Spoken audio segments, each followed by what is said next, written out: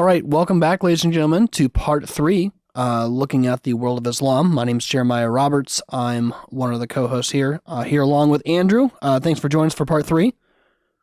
Dude, absolutely. Let's do this, man. I'm excited. Awesome. And James, thanks to you for joining us again. Down from Seattle, you've been taking us through a very what do you call what are the different history podcasts? What do you call them? Like really popular ones? What are they called?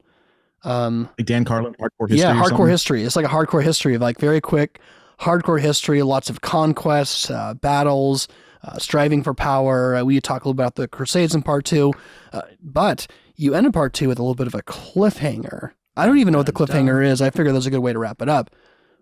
Where does that? Everyone's been waiting. What's the cliffhanger all about? What's the next step in this whole process of the evolvement, the journey that Islam has been into where it is today? Yeah, so the Muslim world has been in a state of, internal decline for some time, in that it's been, decentralizing to these sort of points of kind of like local powers under sultans, right? The Crusaders would have had a very, very hard time making a dent in a Muslim world that was, unified and powerful, say like the Abbasids or the Umayyads when they're going. The reason that the Crusaders could make that is because the Muslim world itself was fractured into these sort of sultanates, basically, all concerned with their own power and domain. Salahuddin was one of those. So as the sort of centralized power is declining, a new power is rising in the east, which is the Mongols. And so the Mongols are, taking over, China. They're pushing east and they're pushing west. And as they push west, they start to come into the Muslim territories. And they're moving very quickly. They kill a lot of people.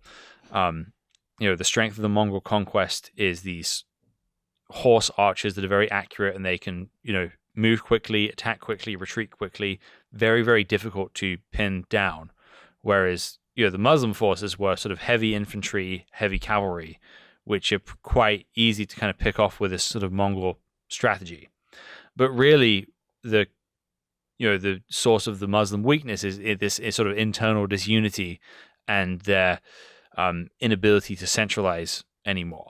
So as these forces kind of come through, eventually they get to Baghdad, and when they surround Baghdad, there's no army protecting it, and so eventually Hughlul Khan brings out the Caliph, and he is, as Hughlul Khan sort of tours Baghdad, he finds this tower belonging to the Caliph full of treasure.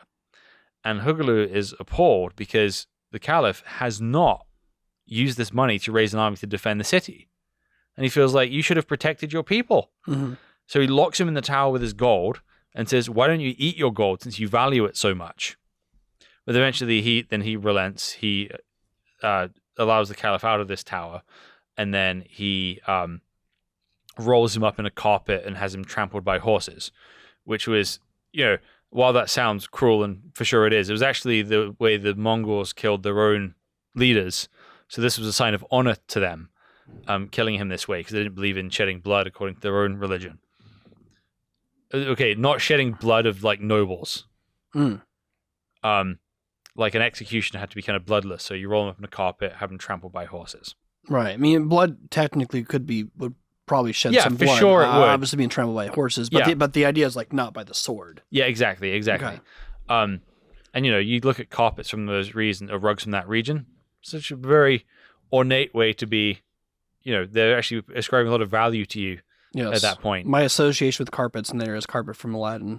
Yeah, right. So, I mean, you get that. So those are very nice, though. So if the Mongols roll you up in a carpet and kill you that way, take it as a compliment. So at that point, the Islamic world, the center of power is relocated to Cairo in Egypt. And the Mongols have their own internal problems, because it's very much a tribal society as well. And eventually, Hughlul Khan and the rest of the Mongols are kind of like, record and the conquests stop. But if that hadn't happened, they could have taken over everything. They were just sort of unstoppable. So they've conquered a lot of territory, but the Mongols actually practiced religious tolerance. So they didn't care what you believed as long as you pay your taxes to the Great Khan. So because of that, Islam had spread very easily among these the Mongol Empire was actually a way for Islam to spread in more ways than it had already. So what starts to happen at this point is, because of these internal court intrigues, people start hiring soldiers and bodyguards from other territories. So in Egypt, they hire a bunch of Turkic slaves from these sort of Mongol territories, and they're called the Mamluks. And eventually this military power that has no investment in the internal politics, is only investing in getting paid, suddenly gets their own investment, which is, well, we should have power instead of serving the power, because the power wouldn't exist without us, right? So that happens. And then you start to have the Ottomans rise up in Turkey through these tribes that are inherited from these Mongol conquests, and they have their own kind of way of life, which is it fits perfectly into the sort of whole hard times create strong men create good times create weak men create hard times. And you have this cycle with Islamic opulence. If you think of like Muhammad's direct contemporaries, these are desert dwellers who were living in hard times, and they are powerful because of that and conquer everything because of that. But eventually that leads to its own opulence and decay and lavish lifestyles. Whereas, so in Islam at this time, the people living in, Cairo and the rest are kind of, soft targets because they're living in a sort of easy, opulent life. These Turkic people that are, horse people that live in tents, suddenly start, gaining lots more power. And eventually the Ottomans start taking over all of Turkey, pushing back the Byzantines, and then they start a military conquest of the Muslim world themselves. And they take over all of North Africa, and eventually they take over Mecca and Medina, and they take over Egypt. So 1517, the same year as the Reformation, something very important happens in the Muslim world. The caliphate is transferred from the Abbasids, the Arab descendants of Muhammad's tribe, to the Ottomans, who have no relation to Muhammad's tribe. And so the Ottoman Empire is now the leader of the Muslim world and claims the caliphate. And the Ottoman Empire is expanding into Europe at this point. So after the Reformation, you have you have like 100 years of conflict, which ends in the Peace of Westphalia. All the while the Reformation's happening, the Ottoman Empire is advancing through Europe, state by state, and is on the verge of taking everything on. But the Peace of Westphalia essentially means the Protestants and Catholics stop fighting each other and agree to live in nation states where Catholics and Protestants are allowed to sort of practice their religion freely. And one thing that's very interesting is, do you know who the first person in Europe was to advocate, to kind of publicly advocate for the translation of the Quran? Martin Luther. No idea. Wow. So the first ever, so they translated the Quran into Latin, and it has a preface written by Martin Luther, because the Catholics wouldn't allow it to be translated. But Martin Luther basically argued, if we're going to be dealing with the Muslims and we have this civilizational struggle against the Muslims, we need to understand what they believe and be able to critique it properly. So Martin Luther was a big advocate of examining Muslim ideas and thinking about them.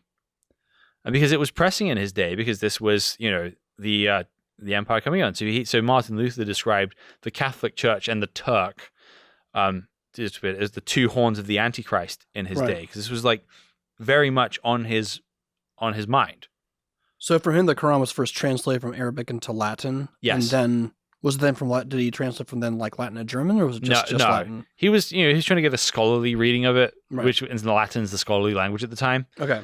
So he's not necessarily like, hey, you average peasant, you need to read the Quran, but he's like, hey, Christian scholars, we need to be thinking about these things. Yeah.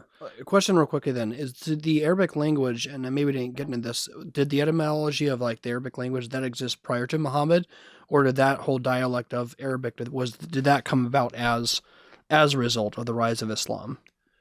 A bit of both. Okay. So certainly, the language Muhammad is speaking is kind of one of many dialects, and then it kind of becomes there's like 7 main dialects at the time of Muhammad, and the Quran becomes the basis for what's known as formal Arabic or Fusha, which is even now the Arabic dialects around the world don't really line up with that.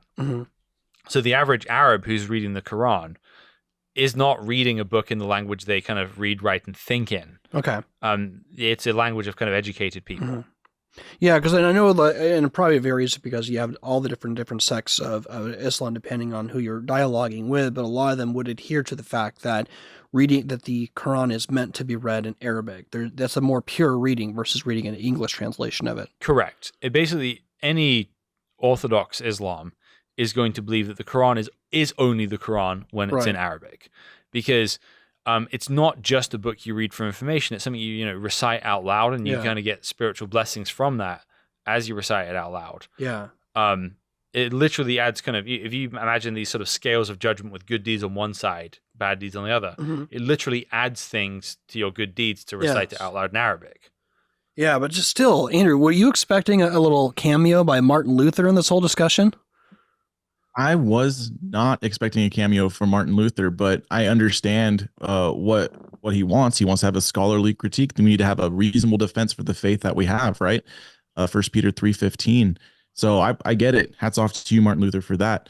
So the Arabic question. So that's kind of like a divine language to Muslims. And if you're a Muslim living in America and you're not reading it in Arabic or understanding it, you're not reading it at all.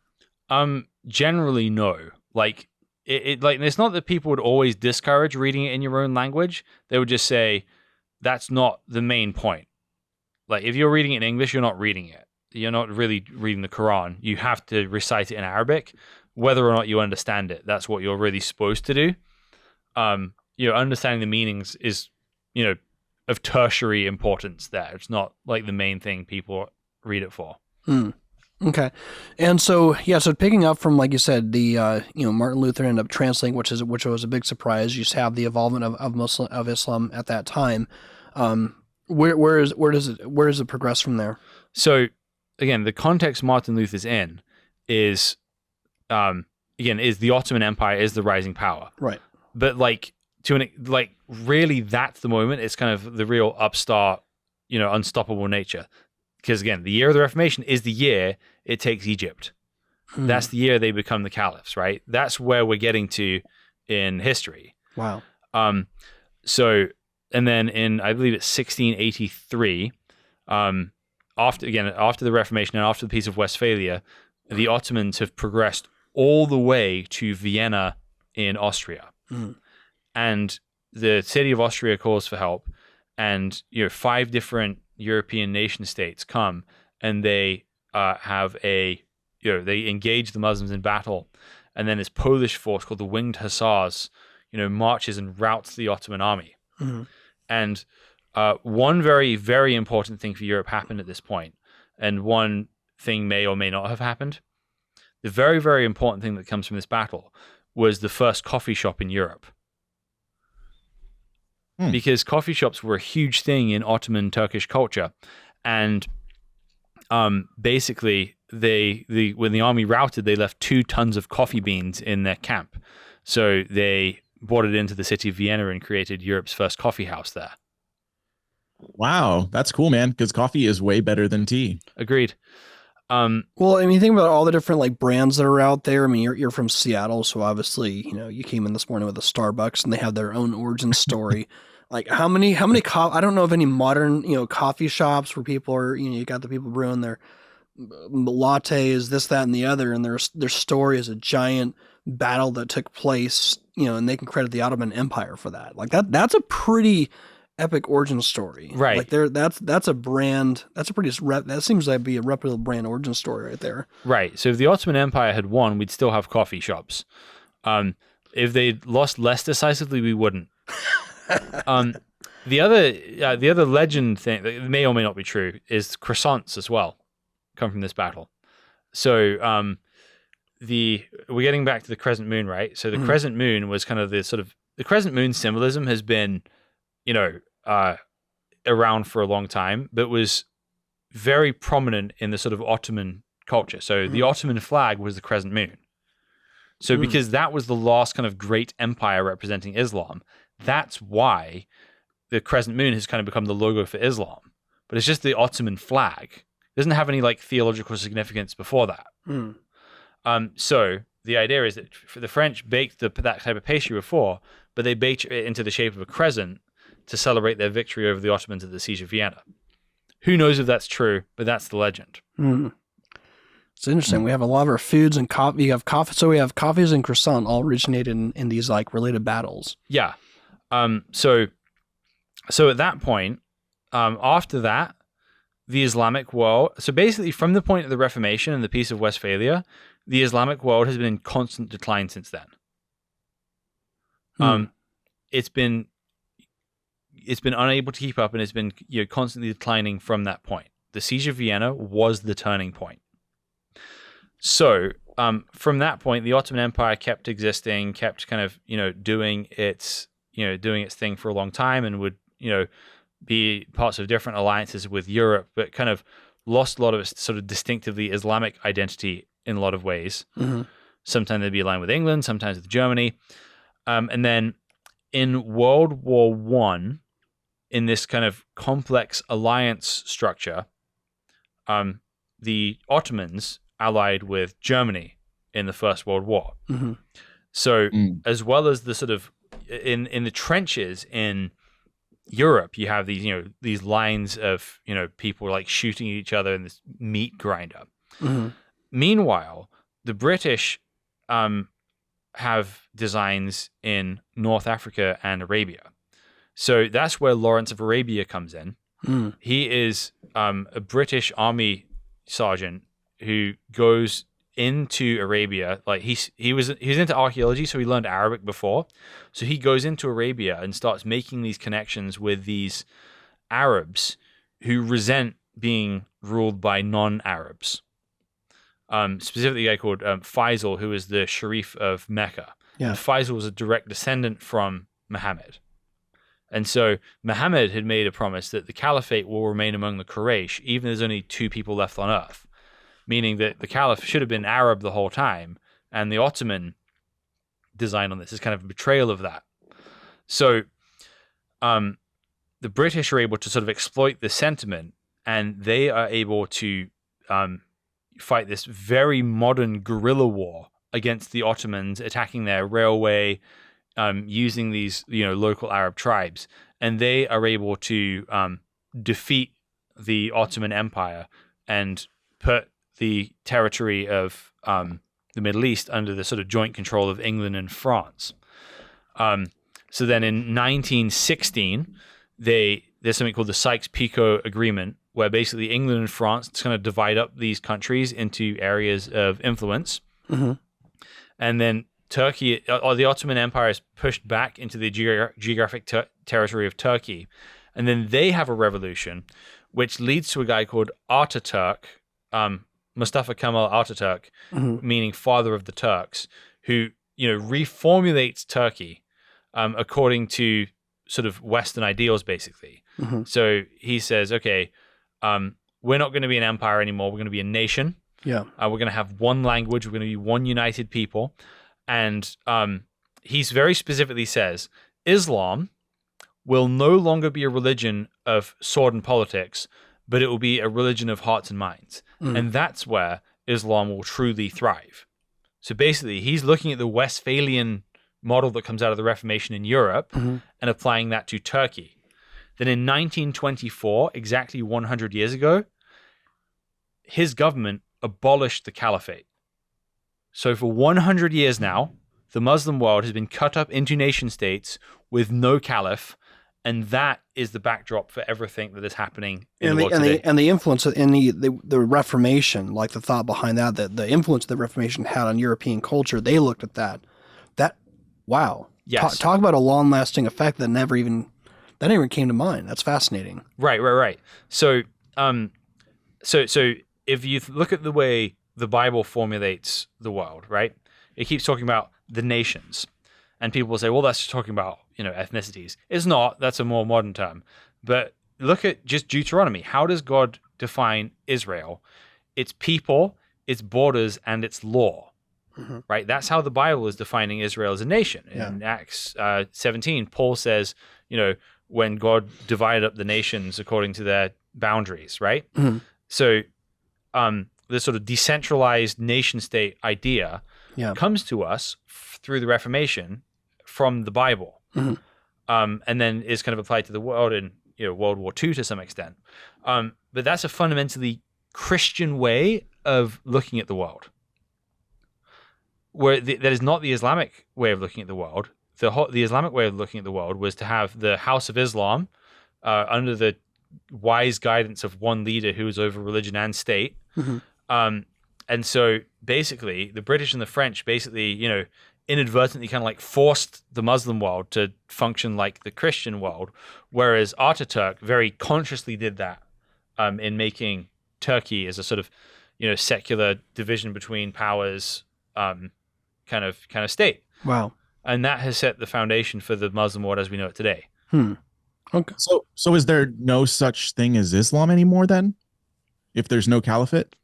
Well, no, definitely not. But there's ways people have to formulate things differently.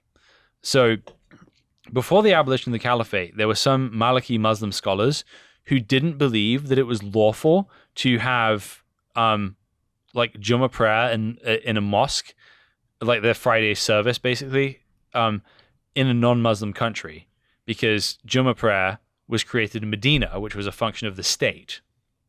So basically, imagine it would be like imagining if you kind of, somebody stole the Vatican, and there was no Pope in Roman Catholicism. What happens to Roman Catholicism at that point? It doesn't just disappear, but it has to start reformulating itself in some ways. In the same way Judaism reformulated itself after the temple was destroyed, right? So it's seismic in a lot of ways, although not as seismic as you might think, because it's already been decentralizing in a lot of ways for really since the decline of the Islamic Golden Age. So Muslims have learned to function without any like direct oversight from a leader.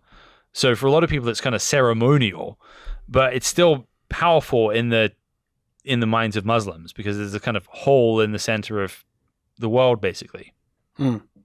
What's up, everybody? It's the Super Sleuth here, letting you know that you can go to shopcultish.com and get all of our exclusive Cultish merch. There's the Bad Theology Hurts People shirt.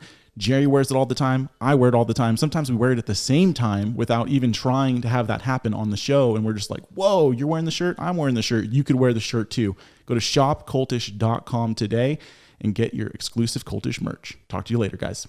So are they looking... Is there like some central body or organization or community that's looking to become a caliphate again? Not really. I mean, people have tried to do it. But if you remember ISIS... this is what they were about. They had this whole big press conference where they drove a bulldozer through the Iraq and Syria border and say, there's no Iraq and Syria, there's the Islamic State. And then they called their leader, Abu Bakr al-Baghdadi, the caliph.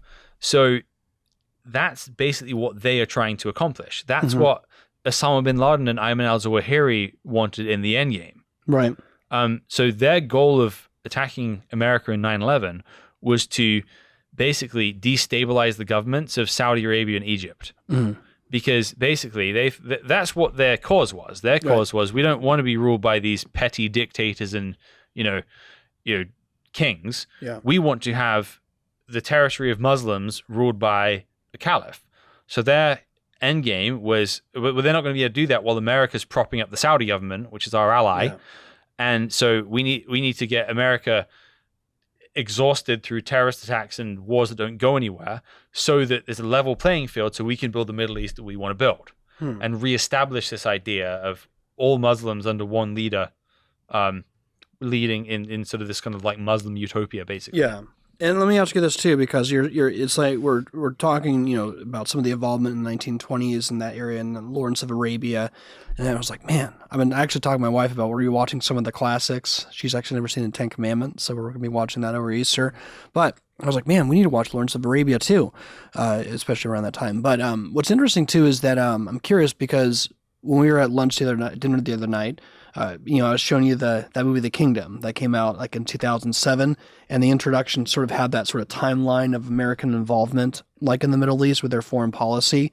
Like, how did that? But you said it was like missing some chunks and segments. And I don't know if I'm jumping too much ahead. No, that's fine. But with American foreign policy, and I'll just say one other thing too is that, like, I remember being introduced, 9/11, and I was very much a hardcore right wing, like pro-Bush conservative.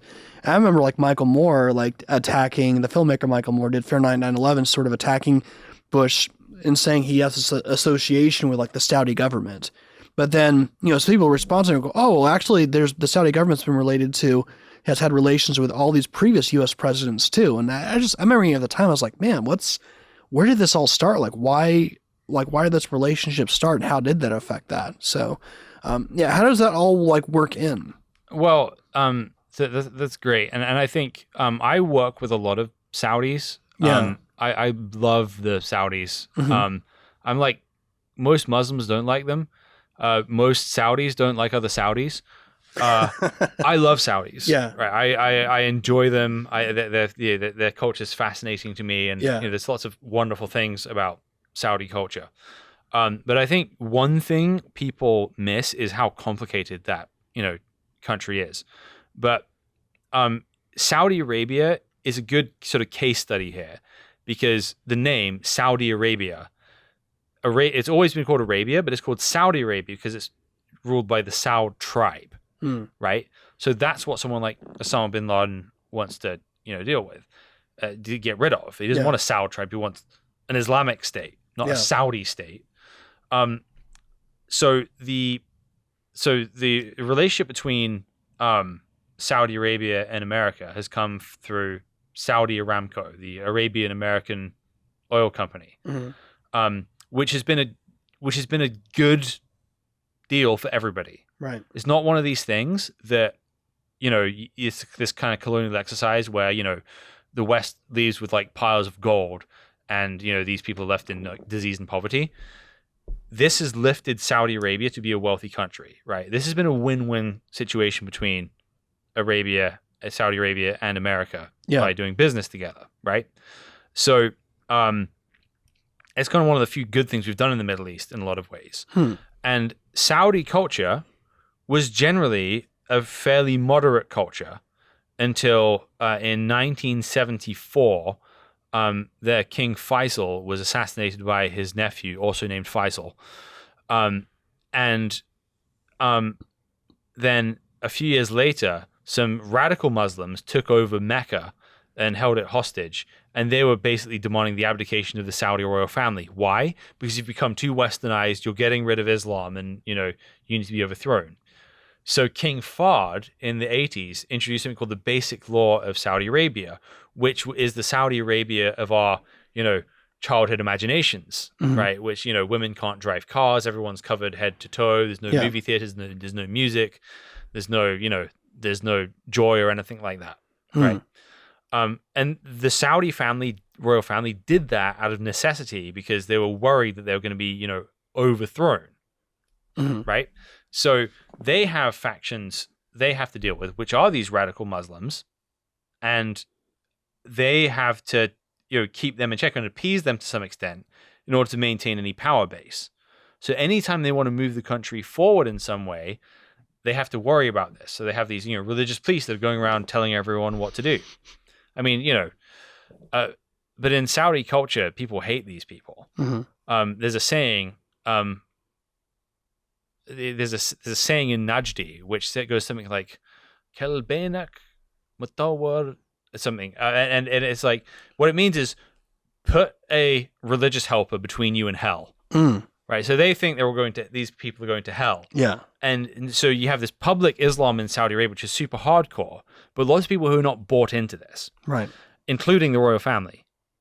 So what the king of Saudi Arabia did was basically they basically used all their oil money to send all their students on scholarships to the West, both so they learn things and they get a more moderate view of the world. Right. And that has set the stage for the current crown prince, who's the basic absolute dictator of the country, to make all these reforms. Women can now drive. You have movie theaters and concerts, and a little bit more freedom to say what you think.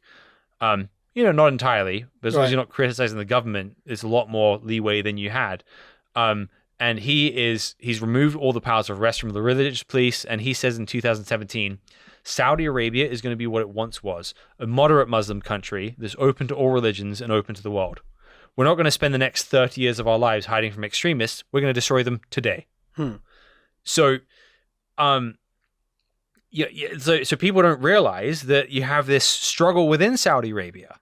So people ask all the time, and I used to ask this myself, why on earth are we allies with Saudi Arabia? Right. We're allies with Saudi Arabia because there's a lot of people that like us there. That are like genuine friends and have, common interests with us. Yeah. Aren't they building a center of world religions there? I remember. In Dubai, they definitely are. Okay. Maybe that's related to it. They want to show that they're more open and more syncretistic. Yeah, for sure. Yeah. But the things that we haven't done well in the Middle East would be things like funding the Mujahideen in Afghanistan. Yeah. So at the end of World War II, America has a generally benevolent foreign policy, which believes in the Christian idea of self-determination in nation states and decentralized power. Yeah. The Atlantic Charter between Roosevelt and Churchill, that was the conditions of America helping. Yeah, we'll help, but no more empires. No British Empire, no German Empire. That's our condition, right? But when we're fighting the Cold War, there's this very much ends justify the means attitude. So Brzezinski, his goal, Jimmy Carter's foreign secretary, was to fund the Mujahideen in Afghanistan and basically give the Soviets their Vietnam with the goal of collapsing the Soviet Union because they wouldn't be able to, because Afghanistan is like the graveyard of empires. Isn't that what we discussed the other day about Charlie Wilson's war? Is this the timeline that we're at? Yeah, we're in the 80s now. Okay, yeah. So in the 80s, we kind of funded the Mujahideen. The Soviet Union collapsed. And it's a brilliant strategy, but basically it just saw Afghanistan as kind of collateral damage. The ends justify the means in order for taking out this other power. Yeah. And that's basically how America and the West has been treating the Middle East since the Cold War, not really, being too concerned about the well-being of the actual people there and having a short-sighted foreign policy for that. So because of that, and because of the governments we've propped up, then we start to kind of come into the crosshairs of, people like Osama bin Laden. And that's not to, and listen, this radical Islam would be violent whether or not we were involved. But it is certainly our foreign policy that has made it a little bit more pointed at us in some ways. Some good things, some bad things. Yeah. Andrew, what? So what's the difference? Yeah, what's the difference between, let's say, like the conquering caliphate during the Islamic Golden Age, a little bit before that, than what we would consider "quote unquote" radical Islam today? Like, weren't they conquerors? Yeah. So the conquerors were a state force. They weren't revolution. Gotcha. Right. They weren't revolutionaries trying to overthrow a government. It was one state fighting another state, right? In a time without gunpowder. And so, gotcha. And so the hope is, we want to be that one day, but first we have to do is, degrade these states. Right. So the funny thing is, it really, do you know what really ruined Al Qaeda's plans? ISIS. Because Al Qaeda had this, Ayman al-Zawahiri had this, master plan of putting radical Muslims saturated throughout Western countries, and eventually, when it was time, they could finally build the caliphate. Right. Whereas ISIS basically is like, yeah, we agree, caliphate. we're going to do this now. Leroy Jenkins. Right? And just kind of like went for it. Yeah. And then all these operatives that had been like, bought into the sort of Al Qaeda vision suddenly find the ISIS one a lot more compelling because they're trying to deliver what they want much faster. Yeah. So all these people who were like potential sleeper agents in Western countries were like, right, we're going to go to Syria and become a conventional army, and Allah is with us, so we won't be defeated. And they're defeated. Mm. So their whole like long-term plan is kind of screwed. Yeah. Yeah. No, it's interesting too, because we're working our way through this historical timeline. We started a long time ago, and now we're in the century that we recognize. Looking now in the 1980s, and even now, like, and all these things, lead up to, like, one of my favorite books is one by Lawrence Wright called The Looming Tower, which is like Al Qaeda and the path like to 9/11. And you can get into that, but that all of our involvement did lead up to 9/11, which really, I remember that era of like from 2001 to really 2008. There's such a conversation in the political sphere about the role of Islam and all that. But yeah, I remember what it ended up being. It forced a lot of people who are Christians to say, okay, how do I actually interact with the Muslim world? That was a big thing for me.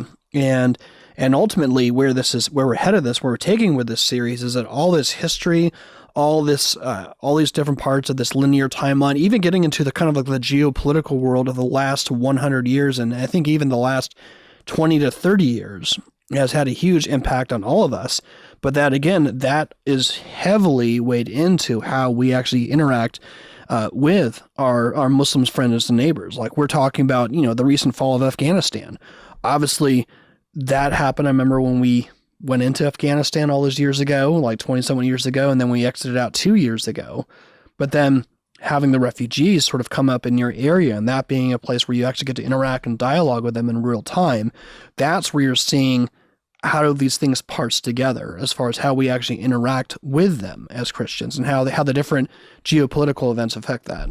So the segue I want to kind of close with here before we hit the next section about this is how I want you to think about Islamic history is, people are always worried about this kind of imminent threat. But the truth of the matter is this: the Islamic world has not been in the ascendancy since the Protestant Reformation. It's fracturing, and what the Protestant Reformation created was prosperous nation states that with decentralized power, freedom of expression, and economy and education. Mm-hmm.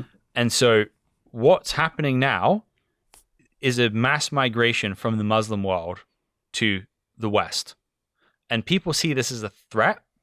And for sure, there might be some threats associated with this in one way, shape, or form or another. But think about this. Every time that a Muslim comes to the West for whether it's safety, whether it's freedom of expression, whether it's prosperity, or whether it's for education, they're making an implicit decision that they would rather live in a country inconsistently based on Christian ideas than they'd rather live there than in a Muslim country. Wow. Is that not an opportunity that we should be engaged in as Christians? Absolutely. Absolutely. And do you have any last thoughts as we wrap up here?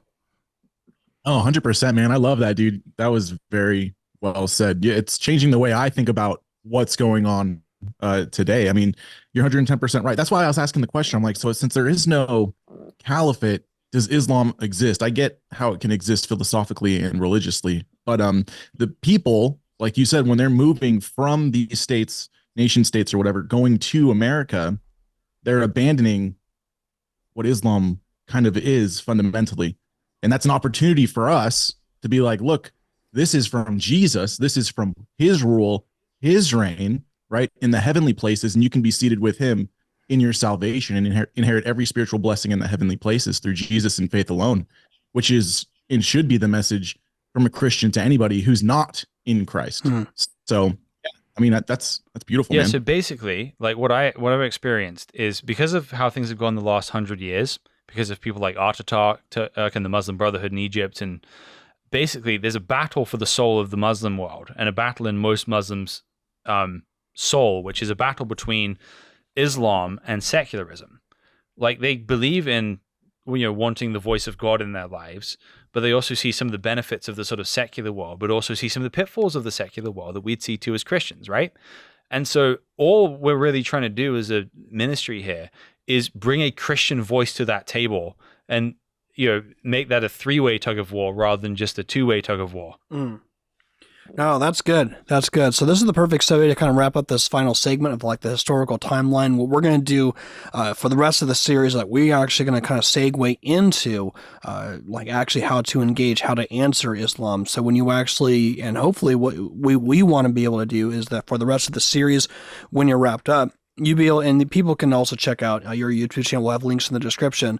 Is that you'll be able to walk away, hopefully, from this series with just a degree of confidence to approach your Muslim friend or neighbor, and not in any way with fear, but have really love, compassion, and Christian compassion and concern. And what did you say earlier? Like the way we should live is to live courageously. Right. To courageously and lovingly engage them. And I've had those times too. Like it's surprising when you go out there to engage them, like how much they want to have like conversations. They love to talk about this stuff. So that's been my experience. I'm really, really excited for this, and I hope that's what I'm really excited for you all to enjoy as we wrap up as we go into the other segments of our series. So all that being said, thank you all for listening in. This is the third part, and we're going to talk to you all in the next segment, part 4 of this extended series on Islam. Talk to you all soon.